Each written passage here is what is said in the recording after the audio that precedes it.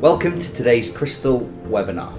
Today I have the pleasure of being joined by Gavin Seaholme, Head of Sales of Shawbrook Bank, and we're going to talk to you a little bit today about the commercial market and more importantly Shawbrook's new commercial and refurb update. So to start off with, a little bit about Crystal Specialist Finance. So we are a specialist distributor. We have over 80 lenders on panel across our 6 core business sectors, and these include both exclusive and semi-exclusive products and lenders.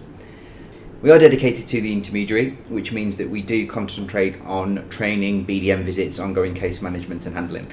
So from our point of view, as we don't go direct to consumer, it's all about making you aware of the opportunities in front of you and available when you are meeting with the customers, because after all, that's how we get our business. For us, specialist finance is our normal. We see a specialist case, we understand it. The same way you'll see a mainstream buy-to-let or a mainstream residential, and you know instinctively what to do with it. We're the same when it comes to the commercial cases. We are multi-award winning. There's a couple of our recent awards on there. We were delighted to receive the Best Specialist Distributor Award at the recent Bridging and Commercial Awards, and equally delighted to win Specialist Finance Broker of the Year, Commercial Distributor of the Year and Commercial Broker of the Year at the recent Specialist Finance Introducer Awards. Awards are great, they underline the work that our team do, but really for us it's about making sure that we're getting it right. It's about the customer journey, making sure that we get that outcome that everyone's looking for, and that we can place the business that we talk about and give everyone that result. So for us, our passion, as it says on the screen there, it is making it crystal clear. We understand it, we need to make sure that we can get that across to you so you see the opportunities in front of you. So for this year, we focused on the message of being passionate. There's a number of examples of that on the screen there, but it mainly comes down to trust, not hiding, accepting the flaws, accepting how good we are, and working through that. We know we're only as good as our last case. We want multiple cases from you as introducers. So for us, it's about making sure that we can deliver. Key to our business is service. We're not a lender, we don't have our own pot of money that we can lend. For us, it's about that piece in the middle. How can we give you access to the lenders that we deal with? How can we give you access to our exclusives, semi-exclusives, but also the benefit of our experience so that we can make sure the deals move quickly and smoothly. That service comes through in our flexibility. It enables us to find unique solutions for your clients. We have relationships with many lenders, which have been ongoing, some as long now as 20 odd years.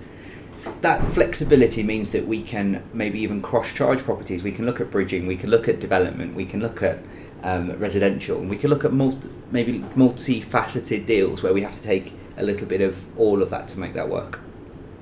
Speed. We know everyone wants everything done yesterday, so we aim to respond to you as quickly as possible, as accurately as possible, and to complete your case in as short a time as we can. So we don't charge our completion fee until the loan actually completes. So for us, we want money in your client's bank account as quick as physically possible. I'm sure you do, and I'm sure the client does as well. So the focus for us is to make sure that happens.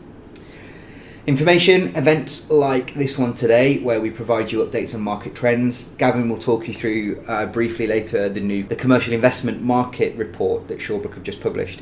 Really good read, talks through trends, it talks through forecasts, it talks through scenarios for Brexit and what some of the experts think could and may happen as a result of that.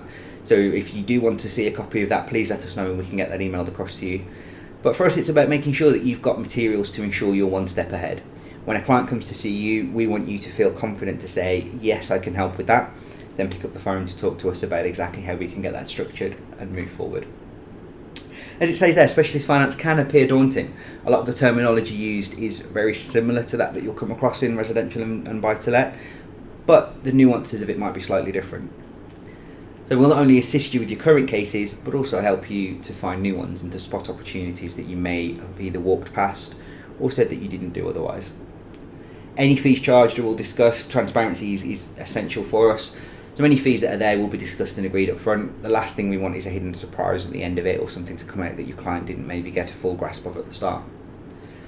And as it says there, we're all human. Occasionally cases will hit problems. What we do is we take an honest and open look at that. Let's see how we can fix it. It's specialist, therefore there are a lot of requirements from a number of the lenders. Those requirements can then trigger additional ones on the back of that. For example, if the bank asks for bank statements to prove income, that bank statement might show either a glitch or it might show an additional credit agreement that we weren't aware of that can intrinsically change the deal. So for us, it's about how we work with that. What can we do? How can we either get that across to the lender that this is a viable deal and they should still be doing it, or quickly move that to a new lender that will take maybe a different approach and has a different style of underwriting. So therefore, we need to come back to you as quick as possible with what's happened, what we're going to do about it, and how that's going to impact on your client. That could be, as I say, changing it to a new lender. It could be finding a new solution for it. But we aim to use technology not to replace the work that we do here, but to use it as a facilitator. If we can reduce the amount of admin time needed on cases, it means our people can get much more involved with the deal, get under the bonnet and actually fix issues rather than spending time keying things onto systems multiple times. And the very best part about our business is the people. We've got more than 200 years experience here. We're now up over 50 staff members. Some have been here 12, 15 years and longer. So I'm not going to say we've seen everything because we haven't, but we've seen the majority of problems that you'll come up against. And for us, these are second nature. We can see problems, we know the trends, and we know how to fix that. We don't do anything other than specialist finance. We know our strengths, we know where our place is in the market. If you can go off and do it yourself, direct with the lender, by all means do that. That's best practice to the client. We know you're not contractually tied to us to give us every deal. For us, it's that one. It's that quirk. Most of our conversations start with, I've got this deal, but that's where we get interested. That's where we can really assist. So the 6 sectors that we talked about there all fall under the specialist finance banner. We're doing a lot of work at the moment on education around the blurring of those lines. So formerly people would think of specialist finance as being a industrial unit, a cement-clad building, a warehouse, something very unusual, very awkward, or even heavy adverse that no one's going to take that. The world's changed. Specialist finance now encroaches on standard finance in a lot of sectors. So when we're looking at residential, for example, where we step in, we don't do the traditional vanilla residential that you'll do yourself. You wouldn't care to use us for that. You're going to do that on your own. Where we can help is things like new builds, where you've got complex incomes, where we're looking at ex-local authorities, limited income proof, newly self-employed, contract workers, that kind of thing. So something a bit unusual. You can add to that things like adverse credit. We can add unusual construction. So basically anything that would knock that out of the Halifax, Virgin, Accord, platform type lenders, and that you need to look at something a little bit more unusual. When we're looking at buy-to-let, there's been a lot of talk recently about limited company landlords due to the stamp duty changes and the taxation implications that can have. So we're still doing a lot of limited company. We think we are very knowledgeable about that transition, about the incorporation piece and how you can move that from limited company into individuals. That said, we're not tax advisors, and we would always recommend that you and your client speak to a tax advisor before doing that, because what's right for one client isn't necessarily going to be right for the next one, and everyone has different circumstances, different requirements and different aims from doing that. So we work with a number of big accountancy firms who are experienced in that type of transaction, so we can put you in touch with them, and they're more than happy to have conversations with clients about how it can be structured and what the implications of that will mean. Recently we've seen a portfolio of £22 million where the client's looking to incorporate, and the advice for that client was very different to a client who's looking to set up a new limit than a client who's looking to get involved in buy-to-let for the first time and wants to make sure that his plans are future-proof and that he's got the right succession and capital gains plans in place from there. Other areas on buy-to-let, student lets, DWPs, portfolios, HMOs, again, anything unusual property types, unusual scenarios. We do a lot of work with portfolio landlords. So again, some of the more vanilla buy-to-let lenders are more than happy where your client owns up to 4. It's when they earn over 4 that they can get a little bit twitchy, start asking a number of questions, require business plans and things like that, which the clients might not be used to providing. So again, speak to our team here. We've got many alternatives that we can use. We can even walk you through that process to get that deal placed. Probably what we're best known for is commercial finance, probably reflected in the awards that we saw at the start of the presentation. But for us commercial, it can be everything from your traditional office unit, your factory, workshop, your retail unit, but then right the way through to a mixed use property. So one of the probably unforeseen effects of the tax changes to buy-to-let properties was the move into semi-commercial. It's something that we've been talking about for a while, and it's something that makes sense to a lot of buy-to-let investors. If you're used to renting out a flat and then you add a shop to that scenario with a 5, 10, 15 year lease in place bringing in income, that's not a huge leap for most investors. And then with that, because it's commercial income, it can be looked at differently. You've then got two income streams from the same unit. You've got various implications on stamp duty, etc. And we're seeing some very good returns for a number of our buy-to-let investors through their brokers on maybe venturing into that semi-commercial space that they wouldn't have looked at before. So that can, again, other property types there, residential above commercial. We've done a number of live-work units. We've done startup businesses. We can do a little bit of unsecured commercial finance, but that's not a huge market for us. For us, it's the property. It's about working with that either owner-occupier or investor in order to maximise their opportunities. And again, there's still a lot of interest there for expat borrowers looking to buy into that space. Second charge lending, again, something that MCD really kicked on, something that every good mortgage broker should be considering as part of the portfolio of products they're offering to their clients. Where you've got any client looking to raise money for any purpose, if they come to you with a remortgage and are looking to raise some additional capital for any of the reasons that you can see on there, you should be thinking secured loan as well. Weigh up the two options. Again, similar to the taxation change, what's right for one client isn't right for another, so it's really important that you take that into account and you do weigh up both options.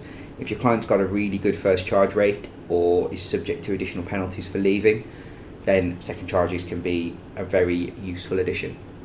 A number of the second charge products now come with no ERCs, which means that you can take a second charge for a relatively short period of time and then amalgamate it all into one when a fixed rate comes to an end. Where we're seeing these particularly useful at the moment is where clients have taken 5-year fixed and then realise partway through the loan that they need some additional money. So rather than breaking that fixed rate, paying anything up to 5% ERC to do that, you can take a secured loan. Rates on them are, we'll see in a second, mid-threes for some borrowers. So it's certainly not an expensive option compared to where they used to be. And it is now something, as I say, that every good mortgage broker should be considering as part of their offering. Bridging finance is one of our favourite types of business. We really get bridging loans, we understand them, we see the benefits of them and how they work. And it's something that more and more brokers are coming on board with. Basically, a bridge is a short-term loan. It can be badged however it wants to. It's a loan for up to 18 months, secured on a property, and can be used for relatively any purpose. The most common ones, auction finance. If you're looking at a BMV transaction, there are still lenders that will look at that. Chain breaking is particularly big at the moment, where particularly in a flat purchase market, customers want to purchase the onward property before they've sold theirs.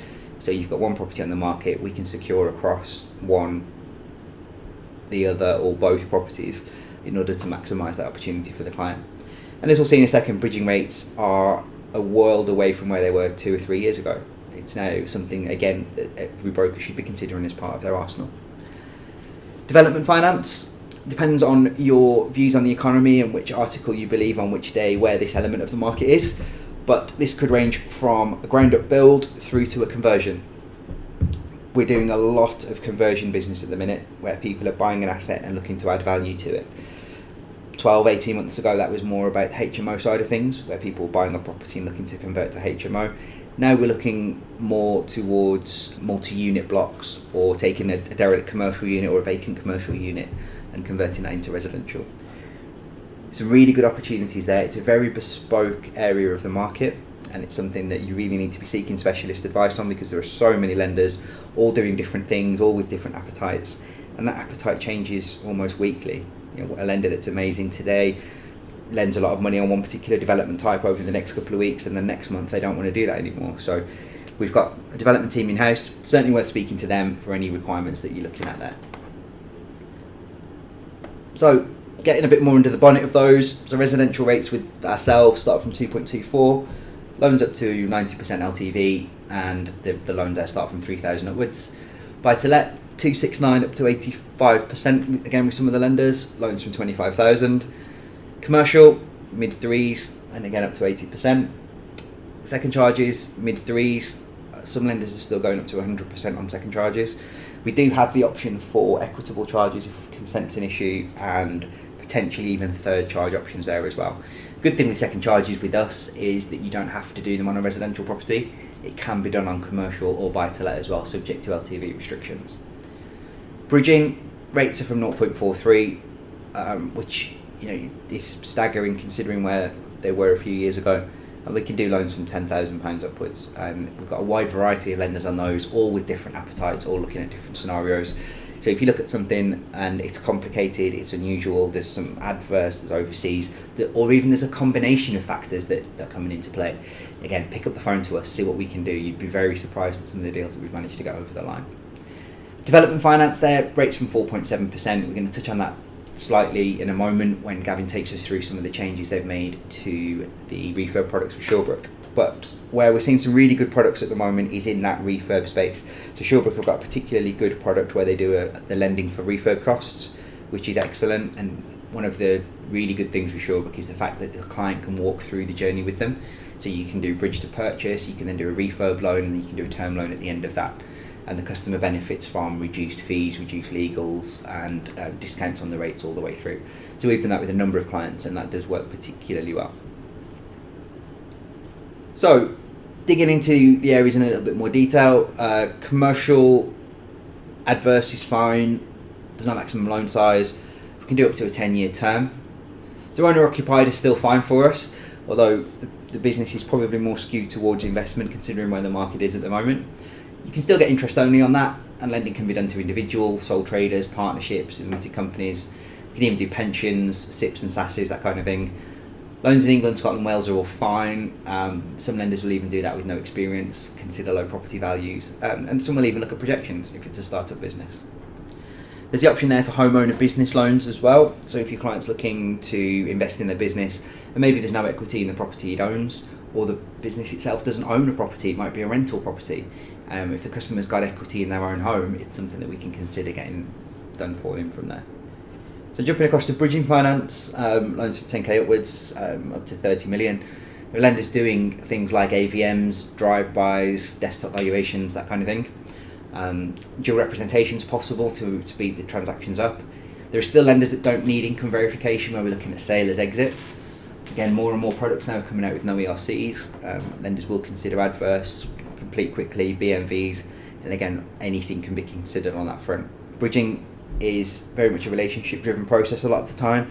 It's about understanding the deal, understanding the customer, understanding the scenario, and then working with the lender to get that placed. So yes, you've got the headline rates that are shown on there, the 0.43s with some of the short-term lenders. Brilliant, it serves a purpose, it moves forward perfectly, but where the deal is quirkier, that's where rates can start to creep up a touch. The highest we're seeing at the moment is probably 1.1, 1.2, something like that. But most, probably 90% of the deals are now being done at under 1%. But the rates on those have reduced massively over the last 18 months from maybe where you saw your last bridging loan. So from a refurb point of view, there's a lot of talk about refurbishments, whether it's a light refurb, heavy refurb, where the boundaries are and what that actually means to your client. So basically, a refurbishment becomes heavy when it's any change to the footprint of the building, the purpose of the building, or if there are any planning permission requirements, adding additional floors, that kind of thing. So really, if you look at changing the fabric of that building into something else, then it's generally considered a heavy refurb. All that normally means is that loan to values might be restricted slightly and the interest rate might be slightly higher, but even there we're talking a couple of basis points different. Anything below that, so if we're talking your typical investor buys a property at auction, tidies it up, what used to be called the quick Tartan turn kind of thing, typically that would fall under your light refurbishment unless they're looking to add to the footprint of the building or convert it into something else. So a couple of quick case studies for you. Homeowner business loan, customer looking for £1 million for an ice cream business, needed to purchase new machinery, being declined by the main unsecured lenders. The main issue there is probably loan size, to be honest. A lot of them, £1 million unsecured is quite a scary figure. However, doing some investigation with the broker, because the business has got 10 shareholders who could act as guarantors. All of them owned their own homes. all had decent levels of equity in there. So we managed to secure that across 8 of the properties. Didn't need to get the wives involved because it's a business loan. 5.99%, which was much cheaper than the unsecured borrowing options, on an interest-only basis for 10 years. There was a little bit of adverse in the background for the one shareholder. However, again, as we talked about earlier, once the problem's identified, let's work through a solution and see how we can make that fit. So, as you can see, very happy customers, nice loan size there. The broker on that one would have earned half of all income received by us on that deal as well. So, nice transaction for all parties. Customer had purchased 6 retail units at auction in this scenario. A deadline fast approaching. He'd been lent the money by an investor and needed to repay it. It was a loan agreement between the two of them, but it did come with penalties if it wasn't paid on time. So therefore, the quickest option was to arrange a bridging loan. Equity was tight considering it was a recent purchase. He'd used the investor because the LTV looked more appealing considering what he could have got in the market. The problem there, of course, is when it comes to exit, there isn't the equity there to do that. So he owned another property. We managed to take a little bit of comfort over that. Solicitors instructed within 3 working days of the case coming in. Bridging loan arranged, 4 months retained, 8 months serviced in order to give the client that maximum net loan, but also to maintain that affordability element and to be able to get the client out at the end, which is obviously essential. Still allowed the client to get the maximum net advance at the very minimum cost. So there you go, 378,000 over 12 months. Commercial units in Scotland, very top end loan to value, and you're talking 1.1%, which isn't too bad at all. So this is a much more relevant one considering the topics we're looking at today. Property price 75k, but the detailed inspection of the build schedule, what the client was looking to do, and working with the surveyor, the work he was looking to do there was really going to take that value up to 110. So the lender agreed 75% of the purchase and then agreed to lend money towards the works as well. So although it went over the typical loan to value limits that they would consider, it did make a lot of sense to the lender to do that. So the client took out the loan, took out the refurb costs, completed this in just 4 weeks, did all the work needed, applied for an £82,500 buy-to-let loan with Shawbrook as a result, which meant he could repay the loan that he'd taken to do the work, to purchase the property, add it to his portfolio, and gave him a deposit to go off and do this again. So this is a really common scenario we're seeing where people buy property, add a bit of value to it, take the cash out, go on and do that again. And on a large scale residential development, 9.1 million. GDV was over 18 million, and it was a change of use from an office block into a number of residential units. So they're 33 1, 2 and 3 bed dwellings. This was a deal that we had to do in a number of stages. Firstly, the purchase. It was a grade 2 listed building. Needed planning. The planning was in, but as any of you that have dealt with planning authorities know, that can take a lot of time. There can be objections. It can need to move.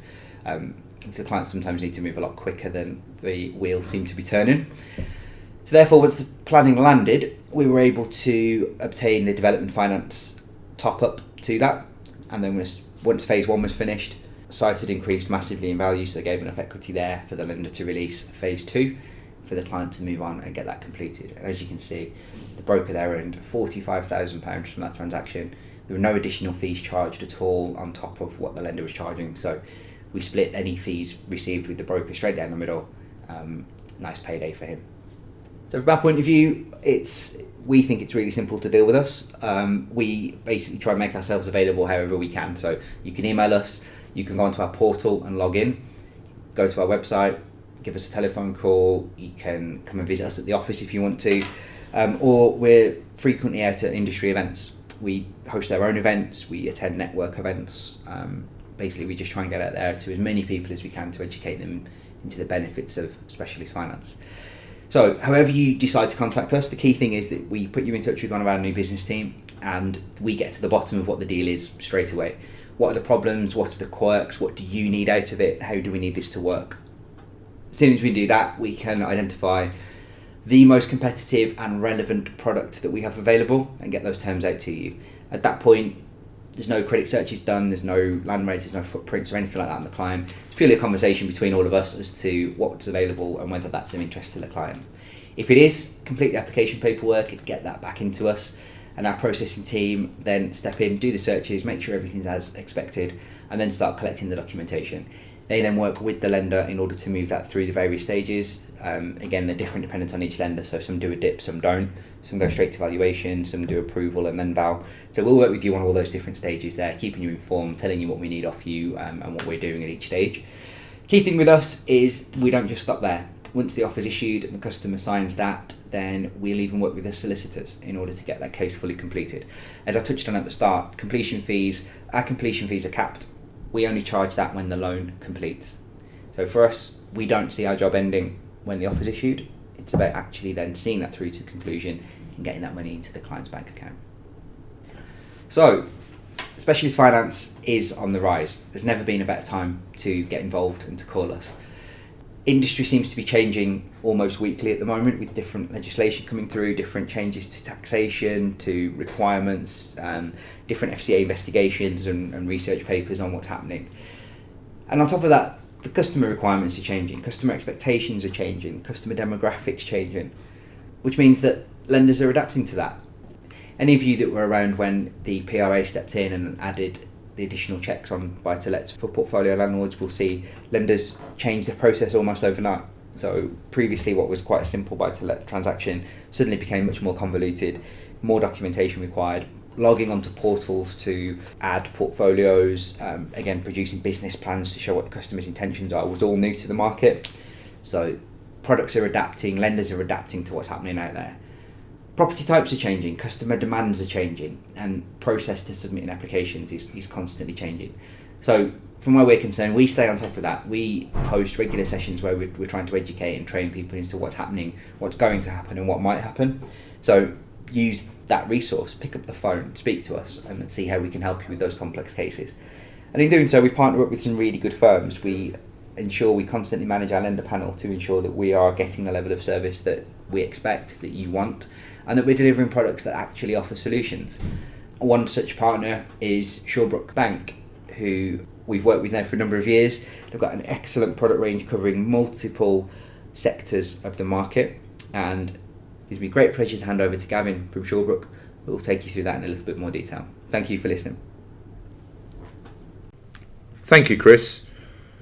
Today I'm here to talk about Shawbrook and how we've listened to our clients and how we help to support their customers on their funding journey and also the commercial mortgage market. I'm Gavin Seaholme, Head of Sales in the Property Finance Division. So first of all, it's about understanding the commercial investment and understanding clients' journeys. We've recently undertaken a commercial property report.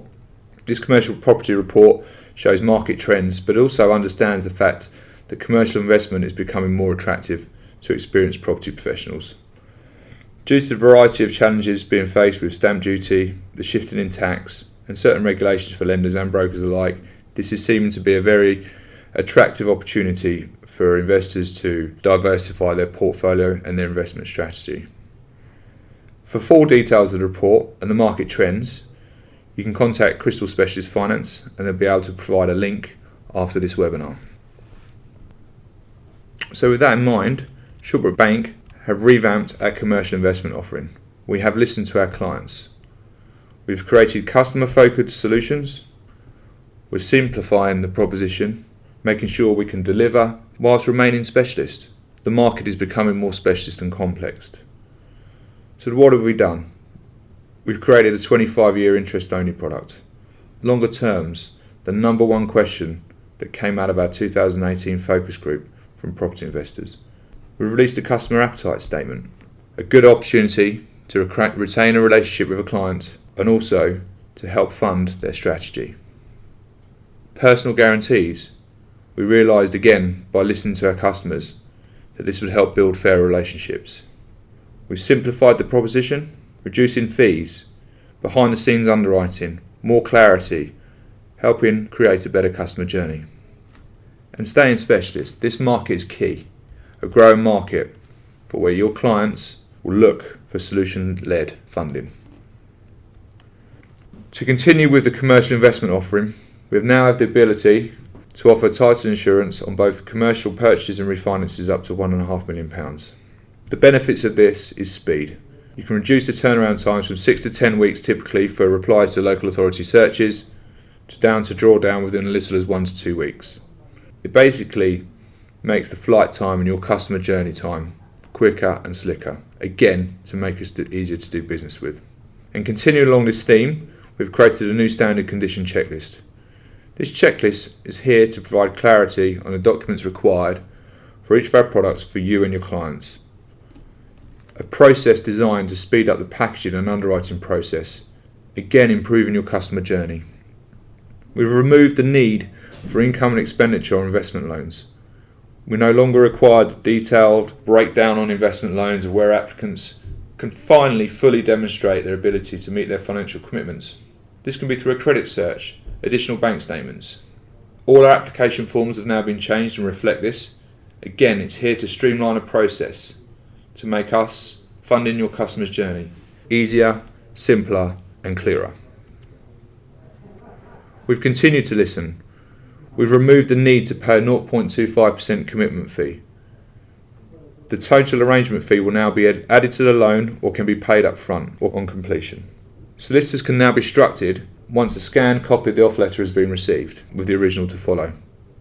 Undoubtedly, there is always time pressures in purchases and transactions and refinances, so therefore, if a solicitor is required and there may be a delay in the offer being returned, we'll always try and arrange instruction of the solicitors as soon as possible, being pragmatic in our approach, again, making sure we're easy to do business with.